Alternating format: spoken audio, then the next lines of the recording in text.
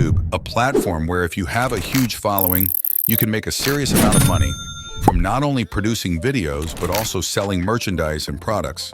Whether the products are good or bad, this does not matter because fans trust the creators and will buy anything that has their favorite creator's face associated with.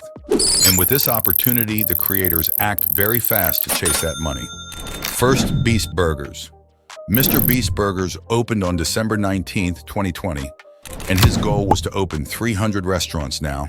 What many people did not know was that Mr. Beast was responsible for a ghost kitchen. Essentially, these ghost kitchens are other ordinary restaurants that prepare food on behalf of a brand like Mr. Beast Burger. Now, this was all of Mr. Beast's fans outside the restaurant on the very first opening. Now, what Jimmy did not expect was the endless negative reviews on how bad the quality were for these restaurants, complaining about poor service and even terrible food quality. Jimmy could not physically be at every single restaurant to manage quality control, and this meant to a rapid downfall.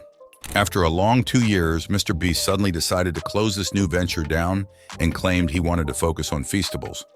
A person tweeted Mr. Beast saying, "This is very surprising for a person like Mr. Beast, as every venture he takes, he crushes it." Second, Prime. The meteoric rise and shocking fall of Prime, KSI, and Logan Paul's drink that was once resold for almost $1,500 a can. A brand cannot live on hype alone. Only 1 year ago, thousands of British teenagers and their parents were racing into grocery stores, stuffing their arms with bottles of Prime. The drink, originally an electrolyte-spiked coconut water that expanded its offerings to include caffeine-loaded energy drinks costing less than $2.50 a can, was put on resale sites for 1,200 British pounds, or almost $1,500. It became so popular that last summer, UK retailers was forced to put security stickers on individual bottles of a new strawberry watermelon flavor to deter theft. But as with the frenetic energy levels after chugging a heavily caffeinated drink, what goes up must come down. The rise of Prime was expected with one of the biggest YouTubers from the United Kingdom, along with one of the biggest American YouTubers, coming together with this genius idea to make a product that would appeal to a younger, more vulnerable audience.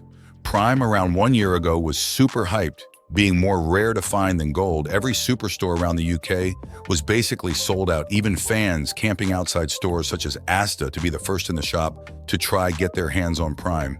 Now we fast forward 1 year, and it almost seems like there is too much Prime hydration left on the shelves. A product 12 months ago being a goldmine to find, now being super accessible to buy. Does this mean the sale rate of Prime hydration has decreased? We know either way, KSI and Logan Paul are business gurus partnering up with every big superstar in each sport category, from the likes of IShowSpeed to the biggest football teams in the world. Many fans dislike the product after tasting it, and the real question is, does the product only sell due to the huge following and influence KSI and Logan Paul have? Regardless, I don't think we will be seeing this product die anytime soon. Third, Pizzafy Air Rack. Air Rack introduced to his fans a special sauce called Pizzafy, which he claimed could turn anything with a drip of his sauce into pizza. A very niche product. In my opinion, however, a very unique product when it comes to YouTubers selling something. It definitely generated a lot of money for Air Rack at the start, but soon enough the hype died down and the product didn't live up to the expectations. Air Rack and his team most likely set up for it. The high price, lack of retail availability, and a controversy that hit Air Rack with people exposing him for faking his videos all contributed to the downfall of Pizzafy. And this is one of the problems that all YouTubers' products face when it's connected to the creator, which can also damage the creator in the long run. Now, I would not say this product is as successful as the likes of Prime and Feastables. However, it most likely made Air Rack a huge lump sum of money. However, the real question is Pizzafy a longevity product that will be in stores in 5 years' time? I will let you answer that. David Dobrik, a internet sensation, released David's Perfume. By David Dobrik released this product when he was at the peak of his career, retailing at $60 for a bottle, and had 2 different scents. Of course, one for men and one for women. This marked the problem for this. No one cared about the product.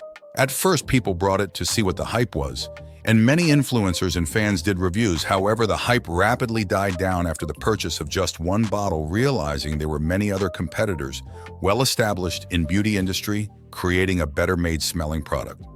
David made a dedicated video on his perfume and performing with insane numbers on YouTube. Now, without David's popularity on YouTube, the product would not be able to stand on. It's 2 feet now with David Dobrik slowing down, creating content on YouTube, and his YouTube career slowly coming to an end. This meant not many of his viewers were interested in his product. Now the product is still available to this date to buy on online stores. However, do you think many people are still actually buying it? And now there are a lot of other creators that release products. Some failed, some succeeded, but each had its own problem, like JoJo Siwa cereal box, the D'Amelio twins with their ring light, and the list goes on. But why do most YouTubers created products eventually fail?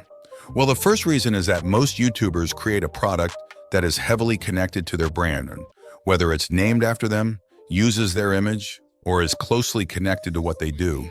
This, of course, is a huge bonus for their fans that would buy the product simply to support their favorite creator. But on the long term, this creates huge problems on the business side.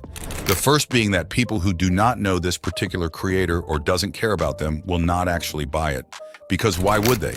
Since most of these products don't add any additional value other than being connected to a famous creator, and the second being the heavy connection to the creator, YouTubers are all prone to falling off, becoming irrelevant over time, or seeing or doing something that gets them canceled and run into many accusations. Of course, many of the other content creators will directly impact all of their businesses, starting with their YouTube channel and views all the way down to the product they are trying to sell. Having the product linked to a personality puts a lot of pressure on the personality to always maintain a clean image online, because if they don't, the product will fail with them.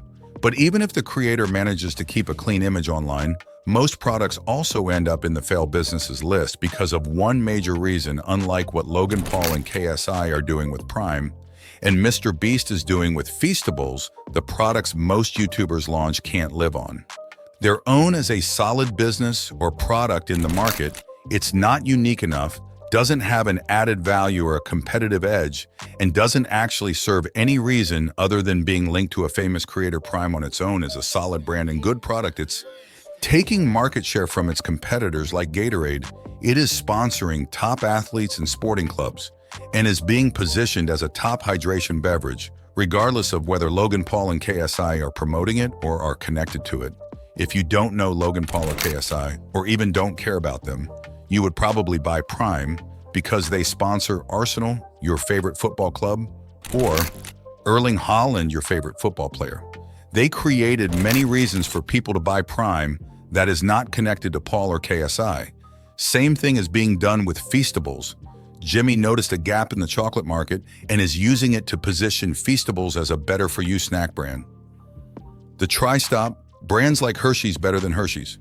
Now will Jimmy destroy Hershey's? Possibly not. However, he will certainly create a huge nuke in their sales with the size of his influence and fans buying and supporting his chocolate brand. Now, what YouTube products do you think will still be successful in 5 years' time? And who do you think will fall?